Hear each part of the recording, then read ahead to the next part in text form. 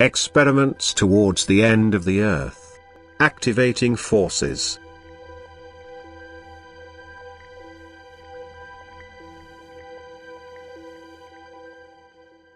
There is a set limit to how far people can go in their conduct towards what my creative spirit has brought forth.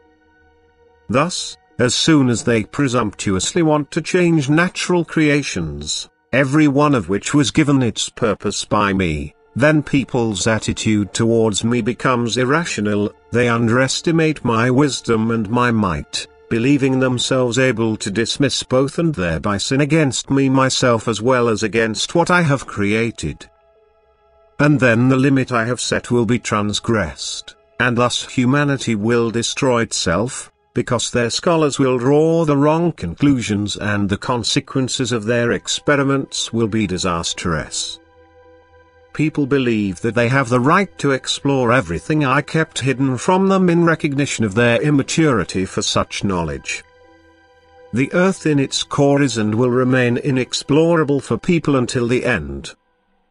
Furthermore, forces of gigantic power are kept bound by me in the earth's core so as not to endanger the earth's continued existence. Only that eruptions ensue from time to allow these powers a brief outburst in order to give spiritual substances capable of development the opportunity to take shape above the earth and thus start their path of ascent.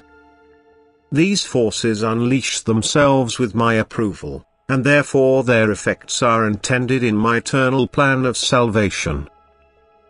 The extent of an eruption will always be limited when it happens in accordance with my will, but human determination will never be able to stop it. Human will can never be the cause of it since no one is able to explore cause and effect.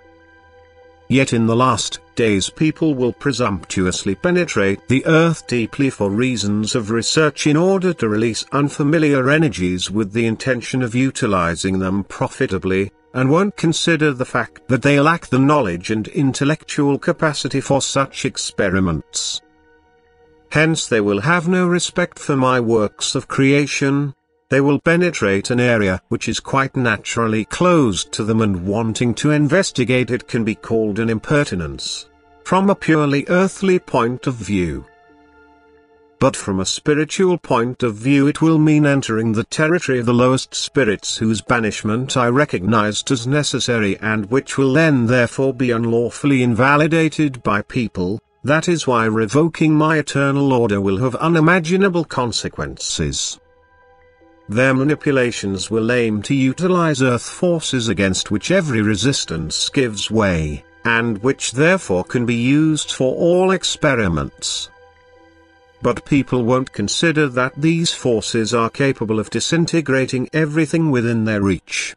They won't take account of their power against which human will and intellect are futile.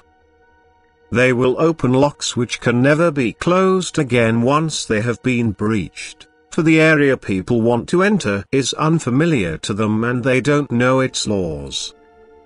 The Earth's core cannot be researched in this way, and every such attempt will backfire, not just on the researchers but on the whole human race.